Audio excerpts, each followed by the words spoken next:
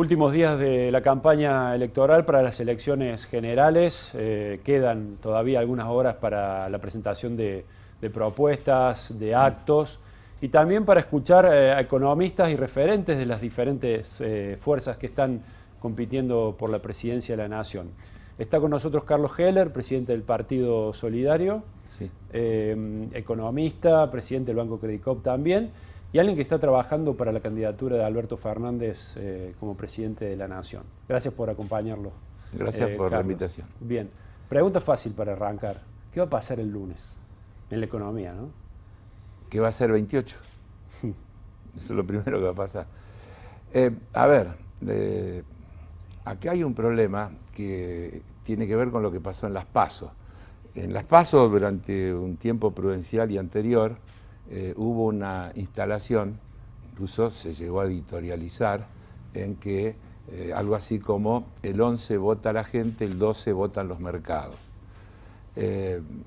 Lo cual en sí mismo es bastante complicado y perverso, porque supone que la democracia que tenemos es una democracia condicionada, ya que son los mercados los que deciden qué es lo que estaría bien o no estaría bien, qué es lo que debería hacerse o no debería hacerse. A mí eso ya en principio me parece que no es bueno. Tampoco es bueno que se creen expectativas fantasiosas, porque si uno toma las cosas que ayer dijo Alberto Fernández, hablando de sus planes, de lo que va a hacer cuando sea presidente, dijo que desde el punto de vista de la refinanciación de la deuda, la refinanciación más exigente tendría que ser con el fondo, porque el fondo era corresponsable de este proceso de endeudamiento, y que la política de su gobierno iba a ser respetar a los bonistas para que no sufran detrimento. Y también dijo que iba a respetar a los depositantes en dólares, porque no había ningún plan que incluyera ninguna alteración al respecto. Por lo tanto, seriamente no debería pasar nada. Lo que sucede es que uno dice, cuando se quema con leche ve una vaca y llora, y entonces hay una historia argentina y hay una instalación de determinadas cuestiones que generan acciones especulativas en los que alguna gente gana mucha plata con la creación de esos climas. Porque yo a veces explico algo que es muy sencillo pero que pocos se dan cuenta, que cuando alguien está vendiendo, por ejemplo, un bono a un valor de un 40% de su valor nominal, hay otro que lo está comprando porque cree que a ese valor hace un buen negocio comprándolo, porque cree que las cosas van a subir y va a ganar muchísima plata. O, por ejemplo, cuando se dan operaciones como esta del llamado contado con liqui, que en realidad tampoco la gente sabe muy bien que no se mueven reservas, no se mueven billetes, son operaciones que se hacen contra bonos. Alguien con pesos va y compra bonos y recibe después dólares. Y recibe en el exterior dólares, bonos contra esos bonos, contra otros bonos, en realidad por el mismo valor, dólares que ya están afuera, es decir, que no es que se van esos dólares. Pero en el medio alguien hace una enorme ganancia, entre otras cosas porque se produce una paradoja, que como hay una gran demanda de esos bonos para hacer la operación, los bonos suben de valor y entonces la brecha se aumenta por el propio hecho de la demanda. Es decir, usted ve que por un lado sube el riesgo país, teóricamente debería generar una caída del precio de los bonos, y los bonos suben de valor porque son demandados para realizar esa acción especulativa. Bueno, nada de eso es bueno. Nosotros tenemos que pensar en una Argentina que vuelva a retomar la senda de la producción, que se desfinanciarice, que lo financiero deje de estar en el centro. No puede ser que tengamos como el centro de las preocupaciones este tema cuando estamos en emergencia alimentaria, cuando, según institutos de Naciones Unidas, en el último año 7 millones de argentinas y argentinos pasaron a tener deficiencia alimentaria, cuando creció la cantidad de gente que está bajo la línea de la pobreza. Entonces, usted tiene un mes de agosto donde se bate el récord de la fuga de capitales, 6.000 millones de dólares, y donde se declara la emergencia alimentaria porque se bate el récord de la cantidad de gente que tiene problemas para comer. Entonces, ¿a cuál le damos prioridad cuál es la más importante y qué políticas tenemos que tener para resolver qué cosa. Ahora, eso es real. Ahora si gana Alberto Fernández, tiene que resolver un problema que es la tasa de interés, cómo desactivar esa tasa de interés. Algunos economistas que están cerca han dicho que podría producirse un shock, una baja rápida para que la economía vuelva a activarse y vuelva el crédito. Sí. ¿Usted qué postura tiene al respecto? Primero, yo descreo del análisis aislado de las medidas, porque no se puede hablar de una medida. ¿Qué vamos a hacer con esto o qué vamos a hacer con lo otro? Lo que está planteando el Frente de Todos es que es imprescindible para salir de esta crisis un acuerdo económico-social. Un acuerdo económico-social supone que un conjunto de variables, salarios, precios, tasa de interés, retenciones, impuestos, etcétera, etcétera, deben entrar en ese acuerdo, son un paquete. Usted no puede aislarla. Ahora, hecha esa aclaración, desde luego hay que desarmar un mecanismo que se ha generado. Hagamos un poquito de historia rápida. ¿Por qué las tasas de interés están donde están? Porque la política económica de este gobierno significó apostar a que por la vía del encarecimiento del dinero y la restricción monetaria se iba a lograr quebrar la inercia inflacionaria.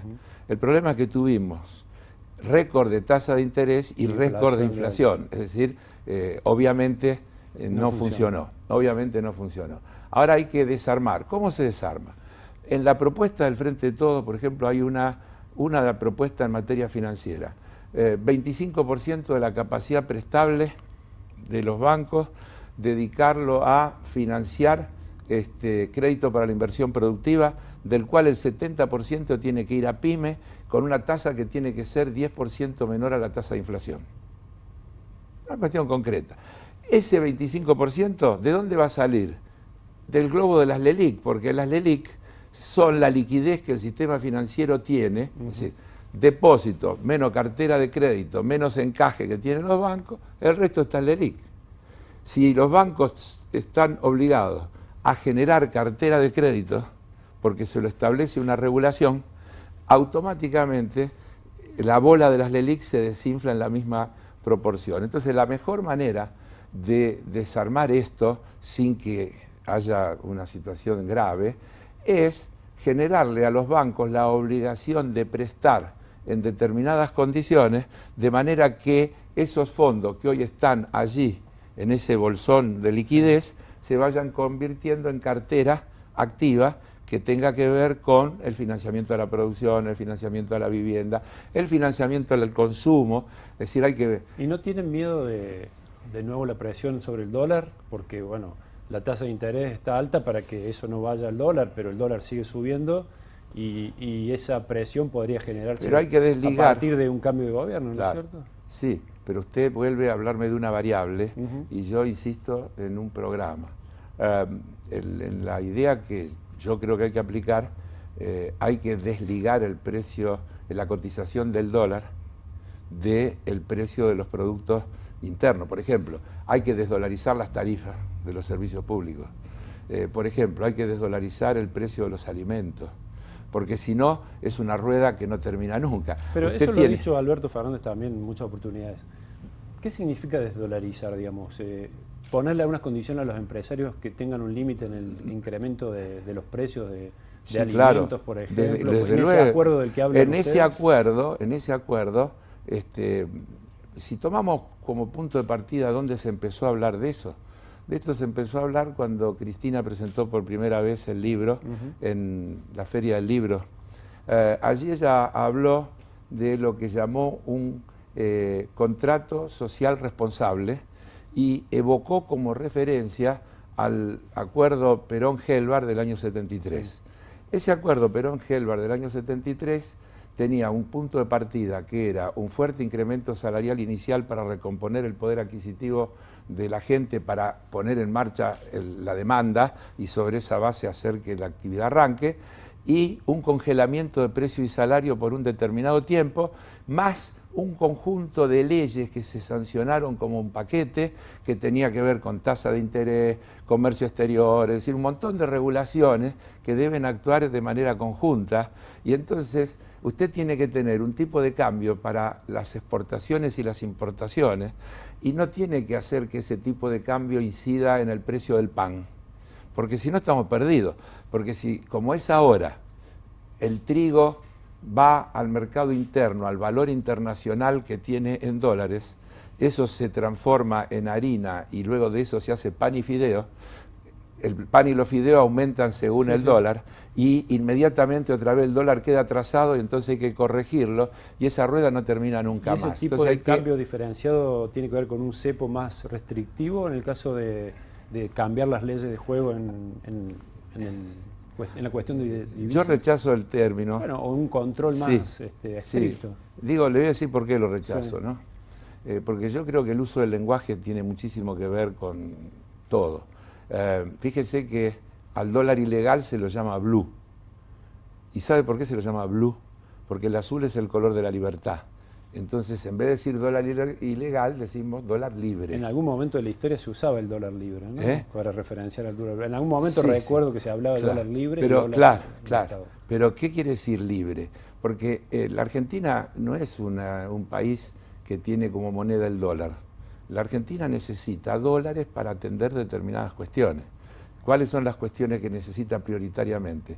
Necesita generar dólares genuinos vía lo que le vende al mundo para atender aquellas cosas que le necesita comprar al mundo para poder funcionar. Si usted quiere una política donde fortalezca el mercado interno y ponga en marcha el aparato productivo, de acá a un tiempito va a tener que invertir en maquinaria. Voy a decir, a ver si lo puedo explicar. La crisis de tal magnitud que hay una ventaja inicial, que es que tenemos medio aparato productivo paralizado. La capacidad instalada está casi en menos de la mitad. Ociosa. Sí. Por lo tanto, hacer crecer el producto no requiere inversión inicial. Pero lo que sí genera, si usted logra el cebador, poner en marcha con el cebador de la demanda, que se ponga en marcha la rueda productiva, eso va a generar nuevos empleos, y esos nuevos empleos van a su vez convertirse en nuevos consumidores, y esos nuevos consumidores van a generar esa rueda virtuosa. Me quedé con algo que dijo anteriormente. ¿Cómo se generaría ese impacto inicial del crecimiento del salario para que pueda reconvertirse la posibilidad de salir a comprar? ¿De dónde saldrían esos fondos? Mire, si me acepta que no se puede, lo que ya le dije varias veces, que no se puede de una sola medida, hablar de una sola medida, yo le voy a decir varias cosas que se podrían hacer. En la propuesta que se está trabajando en el espacio del Frente de Todos, por ejemplo, se habla de una alícuota de impuestos a los grandes patrimonios que sea progresiva y agresiva en función de la magnitud de esos patrimonios. Permítame decirle de paso que anteayer se conoció, por ejemplo, un dato que si bien no es argentino, si lo traemos a escala argentina se reproduce. En el último año, la riqueza de los 1.000 millonarios en el mundo aumentó, por acá debo tener el recorte, 268.000 billones de dólares. Es decir, y esto sucede en la Argentina, sucede en todos lados, nosotros tenemos un problema de acumulación y distribución incorrecta. No es que somos pobres, no es que no alcanza, no estamos en una etapa ni en la Argentina ni en el mundo de escasez. Estamos en un momento de crisis de distribución. Entonces usted lo que tiene que hacer es tomar políticas que modifiquen ese modelo, porque si usted va como el ciclo, esto no tiene arreglo, va a ser cada vez peor, va a empeorar. Usted tiene que ir contracíclico. Sí.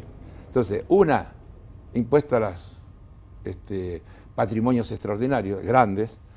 2, un impuesto a los que blanquearon.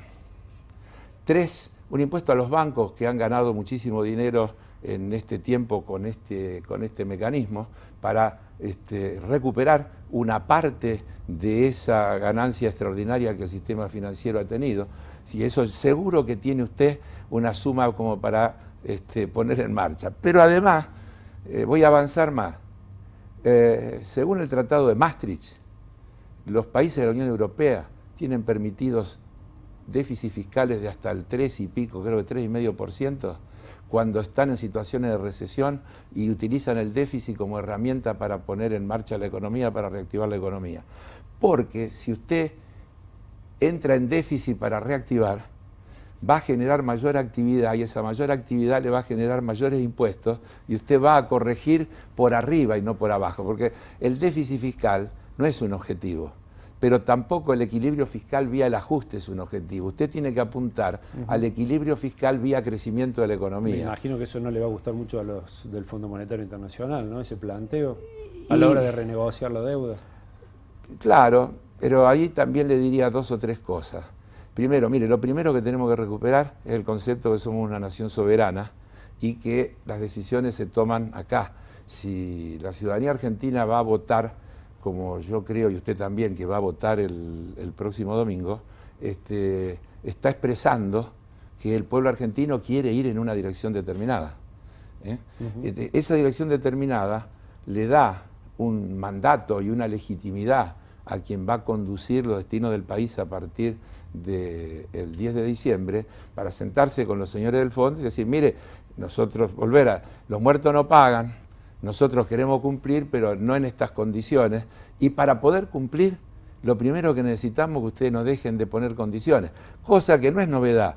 Alberto Fernández se lo dijo a Cardarelli y al otro cuando estuvieron hace un par de meses, ¿se acuerda? Estuvieron reunidos. Sí, sí, sí. Y recuerde que en esa reunión... Él emitió un comunicado después. Sí, y donde les dijo, miren, haciendo lo que ustedes recomiendan, se llega a estos resultados.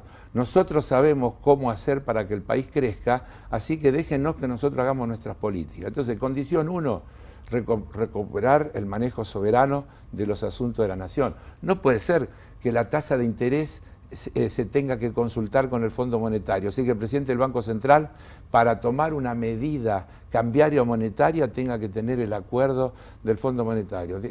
No somos un país soberano, somos un país dependiente. ¿Pero usted cree que es prioritario renegociar primero con el Fondo Monetario o eso puede pasar a un segundo plano en vistas de lo que está pasando en Argentina, digamos?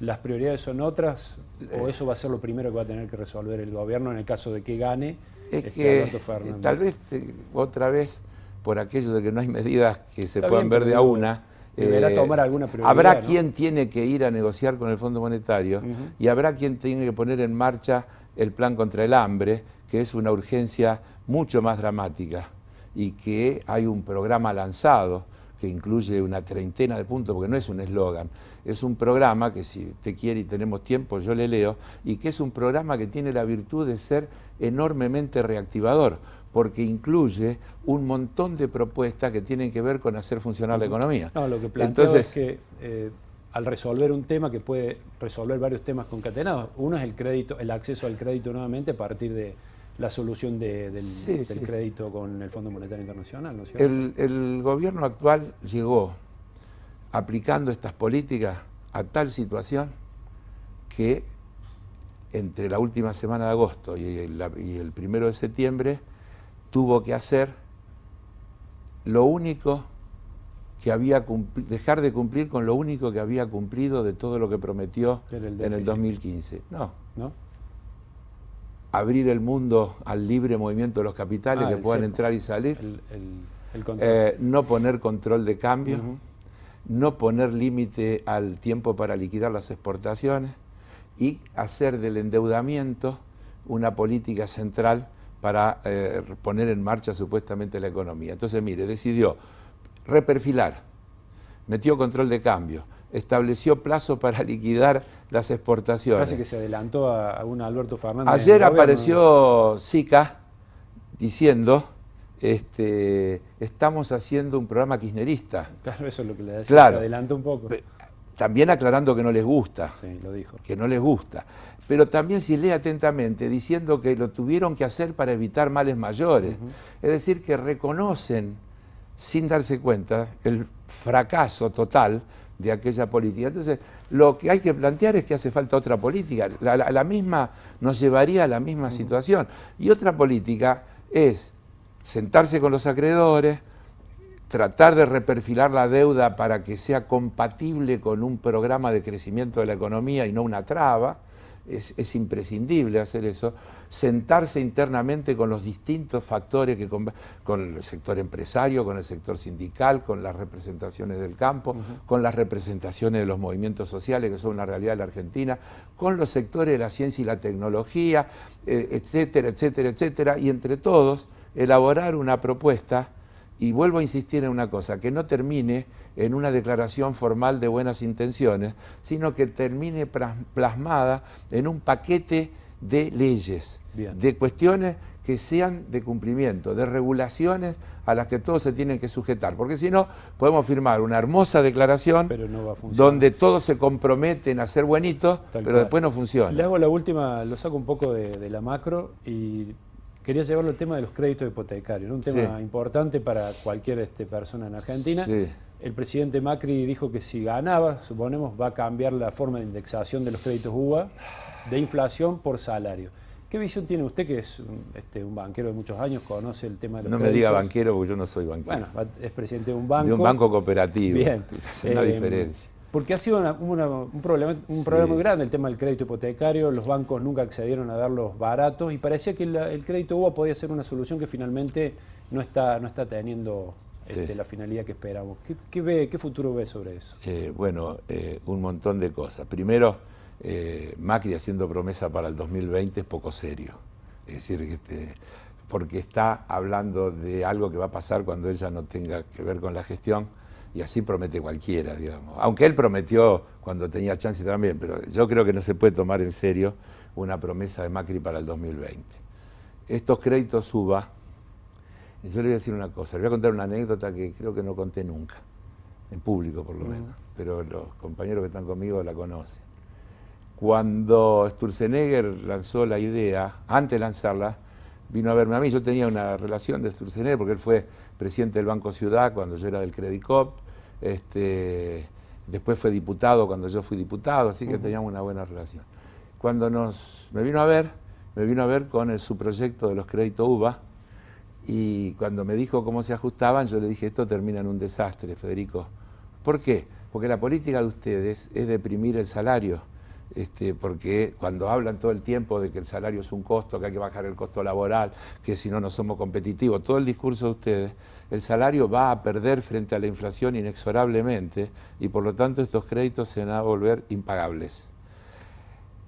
Bueno, discutimos duramente, desde luego yo no lo logré convencer, ni suponía que lo iba a convencer, y es lo que pasó. Por eso cuando lo escucho ahora a Macri decir que hay que indexar por salarios, además me parece que ¿Pero le parece poco serio. correcto el cambio? Si se pudiera hacer, si estuvieran en el gobierno, ¿lo harían? Sí, pero ahí voy a la segunda parte de la cuestión. Yo no creo que haya posibilidad de crédito comercial que pueda resolver el problema de vivienda de los sectores populares.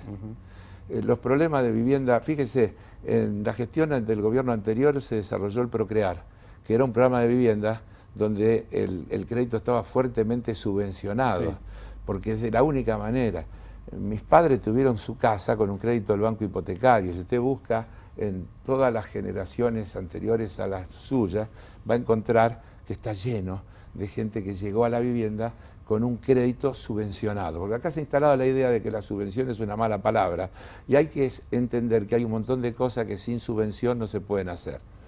Uno podría pensar, primero, que un plan de vivienda popular y a largo plazo podría hacerse utilizando mucho mejor los fondos del sistema previsional, haciéndose cargo el gobierno federal del descalce entre lo que va a pagar el tomador de crédito y el valor que tiene que tener el fondo para que no se destruya, pero pensando que el sistema previsional es un sistema de ahorro a como mínimo 30 años de plazo, porque un joven que empieza a trabajar va a ahorrar durante 30 años con sus aportes para después tener derecho a una jubilación. Por lo tanto, es un fondo de altísima estabilidad que permitiría ser la contraparte de o un banco de desarrollo, que es la otra cuestión que se podría pensar, o de un banco que financie vivienda, o ambas cosas. Pero no de los bancos comerciales. No, los bancos comerciales van a seguir siendo instrumentos para darle crédito a los sectores medios. Y desde luego, si un trabajador de ingresos medios tiene un crédito atado al salario, y puede pagar inicialmente, sabe que lo va a poder pagar. Claro. Va con una variable cierta. Sabe que va a ceder el X% de su salario por X años y al final de ese recorrido será dueño de la vivienda. Si entra con una variable descalzada, lo más probable es que en algún momento del proceso tenga un inconveniente. Bien. Por eso, en el caso del banco que yo dirijo, nosotros no pudimos dejar de dar crédito a aquellos que nos lo vinieron a pedir y a los que le explicamos esto, y a pesar de eso lo quisieron tomar. Claro. Pero dimos muy poquito. Crédito UVA estamos hablando. Claro, ¿sí? jamás pusimos un aviso promocionando el crédito UVA porque no creíamos, sabíamos que invariablemente eso tenía que terminar mal. Bien.